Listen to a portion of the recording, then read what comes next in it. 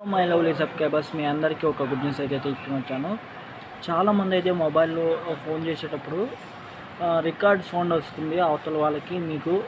మీరు ఆప్షన్ అనేది ఆఫ్ చేసుకోవడానికి అయితే నేను చెప్పేవి ట్రిక్ ఈ వీడియోలో అయితే నేను చూపిస్తున్నాను. సేమ్ మీరు మీ ఫోన్ని ఉంది కదా డైలర్ని, ఆ డైలర్ని మీరు అప్డేట్ చేసి ఈ ఆప్షన్ అయితే మీరు చేసుకోండి ఈ వీడియోలో చూపించినట్టు.